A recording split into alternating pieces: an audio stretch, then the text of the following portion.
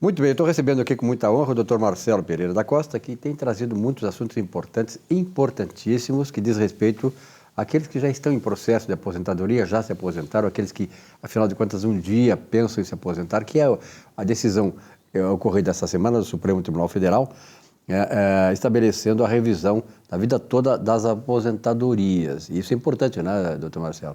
É importante. Primeiramente, muito obrigado pela oportunidade. A honra é nossa de estar presente aqui e podermos trazer informações para as pessoas de casa.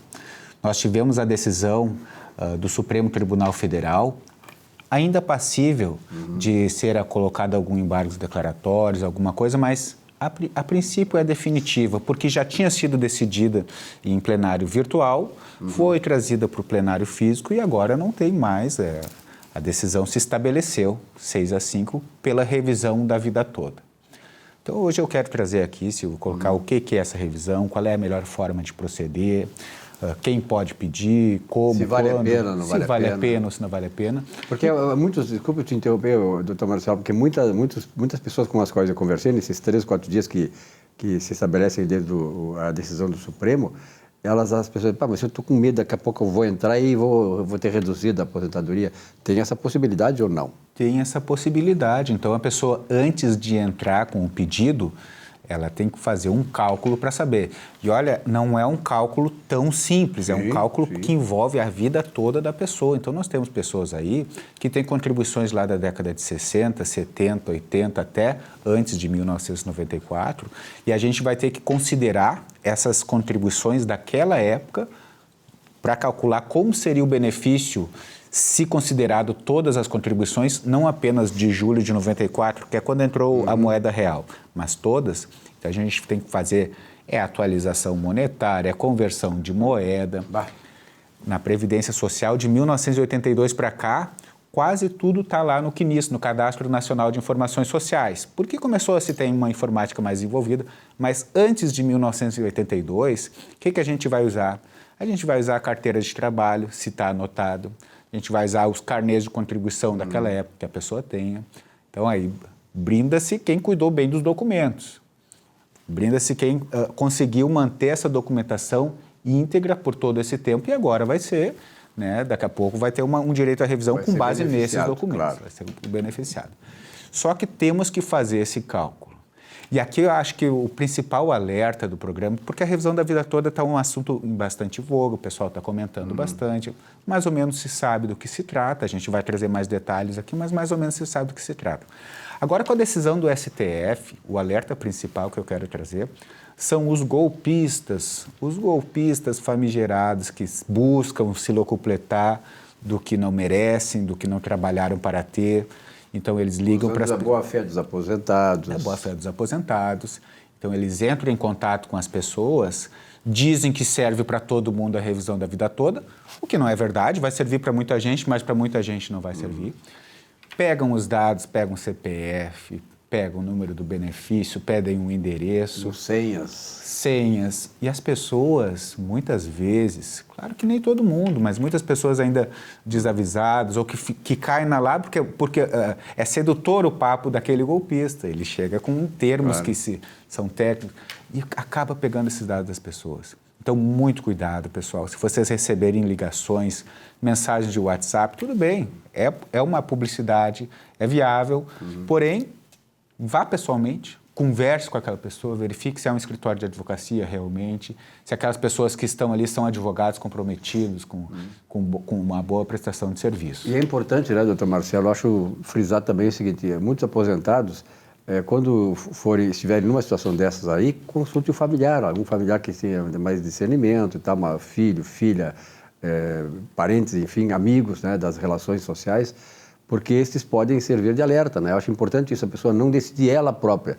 se não ouvir outras pessoas e ter o esclarecimento como o senhor está dando aqui agora. Exatamente. Daqui a pouco algum familiar já trabalhou com algum advogado, que já fez a aposentadoria, que a pessoa trabalhou bem, fez tudo certo, então aquele ali tem um voto de confiança. Então, nós temos aí essa possibilidade de fazer isso. Agora, a revisão da vida toda, para quem serve? A revisão da vida toda, em resumo, é o direito de ter o salário de benefício. Qual benefício? Qualquer benefício. Pensão por morte, auxílio-doença, aposentadoria por invalidez, aposentadoria por idade, aposentadoria por tempo de contribuição.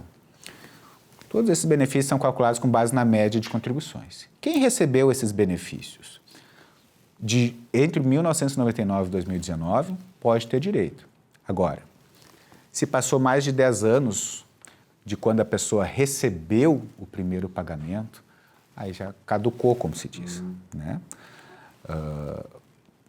Por conta da decadência. Muita gente que entrou com esse processo, Silvio, quando eu fiz a primeira especialização em Direito Previdenciário, foi no ano de 2003. Foi no IDC, o professor Paulo César Roxo, ele era um fiscal de impostos e ele dava aula, muito boas aulas, e ele já alertou, olha, em 2003, teve essa mudança de lei em 1999, mas o pessoal está questionando se pode pegar toda a vida e ali já se começou a entrar com ações judiciais. Quem entrou com a ação judicial recebe os últimos 5 anos antes de ingressar com a ação e mais todo o tempo que demorou o processo. Então, agora a gente tem gente que entrou com o pedido de revisão da vida toda, imagina, lá em 2008, vai pegar salários de 2003, 20 anos de atrasados. Então, são pessoas que entraram, primeiro, não tinha passado 10 anos do primeiro saque, porque eu posso entrar com pedido de aposentadoria no INSS e ter reconhecido o direito depois de 6 meses, 1 ano, ou tem que ir para o judiciário depois de 2 ou 3 anos. Então, não é de quando eu pedi o benefício, é de quando eu efetivamente saquei. Exatamente, quando o INSS depositou. 10 anos dali. E vamos entrar logo. Quem tem direito não pode ficar esperando, não, mas por quê? Porque vai receber os últimos 5 anos antes de ingressar com a ação e mais tempo que decorrer. Quem tem direito e está deixando para o mês seguinte, cada mês que passa é um mês a menos de atrasado. Tá? Porque tem 10 anos para entrar, mas depois que entra só vai receber 5 anos, efetivamente. Claro, Então, vamos se agilizar. Vamos evitar o prejuízo. Né? Vamos evitar o prejuízo. Quem tem direito é um cálculo que hoje, embora seja um cálculo complexo, hoje em dia tem programas de computador que a gente coloca ali os dados do CNIS, tudo, e ele já dá uma prévia do cálculo. Mas não é só o computador que vale. Um bom profissional, um bom advogado vai verificar nas carteiras de trabalho para lançar certos valores, vai verificar se aquelas contribuições que estão no CNIS batem com a carteira de trabalho. Então, é um cálculo que demanda um certo tempo, uma dedicação, mas que deve ser feito com brevidade para se evitar que essa perda mensal vai se acumulando. Fez o cálculo, vai lá ou o advogado ou um contador especializado e diz, olha, tem direito, vai para o judiciário.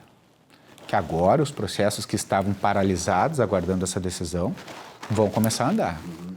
Vão começar a andar e vai ser um volume grande da contadoria do judiciário que vão ter que fazer esse cálculo. Depois o advogado vai ter que concordar, o advogado do INSS vai ter que dizer se concorda ou não também. Então ainda vai demorar um tempinho até as coisas começarem a se efetivar. Então, por favor. Vamos se apressar. Vamos se apressar. E as pessoas de casa, não, mas eu recebi um auxílio-doença começou em 2017 e terminou em 2020. Já terminou, já passou. Não. Está dentro do prazo de 5 anos, inclusive 2017. A pessoa pode revisar. E mesmo que o benefício já tenha se encerrado, já recuperou a capacidade para o trabalho, já voltou a trabalhar, pode receber, sim, a diferença daqueles meses ali. Perfeito. Agora, tudo isso aí, né, doutor Marcelo? É importante que as pessoas tenham essa consciência, é necessário consultar quem é especializado no assunto. Porque é uma coisa muito complexa. Como eu digo sempre na área da contabilidade. O pessoal da contabilidade que tem um espaço aqui no programa, o contador é fundamental numa empresa. Porque ele sabe a legislação que muda a cada hora, o que pode fazer aqui, o que pode fazer ali, tal, a empresa às vezes está pagando imposto demais do que deveria pagar. Ele não vai fazer a empresa não pagar imposto, mas pagar aquilo que é justo. E a questão previdenciária, o doutor Marcelo tem com a doutora Luciana e a doutora Isabel, o escritório é especializado nisso há mais de 20 anos. Então é importante ter o assessoramento de pessoas que possam te dar o norte correto para, ok, olha, esse é o caminho, e aí você não vai perder dinheiro, não vai perder tempo e vai ter um fruto melhor, né, naquilo que é a sua reivindicação. Exatamente. Quando a gente trabalha com uma área específica, e isso em todas as áreas, quando a gente se dedica, o olho já fica treinado, né, Silvio? A gente pega uma carteira de trabalho, já sabe onde é que vai procurar o salário de contribuição, já olha lá no CNIS se está certo, já vai no sistema e já lança certinho, corrige o que tiver a ser feito. de uma maneira... Vai no atalho já, né? Vai no atalho. A gente faz isso repetindo. É como um jogador de futebol que experiente, ele vai no atalho, né? O cara chega no atalho. Eu vou te confessar, eu gosto de pegar documentos antigos, eu gosto de estudar história, então eu pego às vezes carteira de trabalho de 1960 e vejo aquelas empresas que eu já ouvi falar, que já faliram. Que não estão mais aí, né? E aí tu vai daquilo ali, vai se divertindo fazendo, e quando vê no final, ó, tá aqui, vamos fazer, vamos recuperar tantos anos, o valor vai ser tal, e aí a gente desenvolve. Ou também o oposto, chega lá e diz, olha, as contribuições que você teve antes de 1994 foram abaixo do que poderia ser benéfico, então, para ti, não vale a pena pedir, porque se pedir e pedir mal, pode baixar. Pois é, isso é. E o escritório, como o doutor Marcelo, a doutora Luciana e a doutora Isabel, vai esclarecer e dar o caminho certo a seguir. Doutor, obrigado pela sua presença. Uma boa semana. Muito obrigado, Silvio. Obrigado, pessoal de casa, aí, pela atenção. Estamos à disposição aí para qualquer esclarecimento. Muito bem.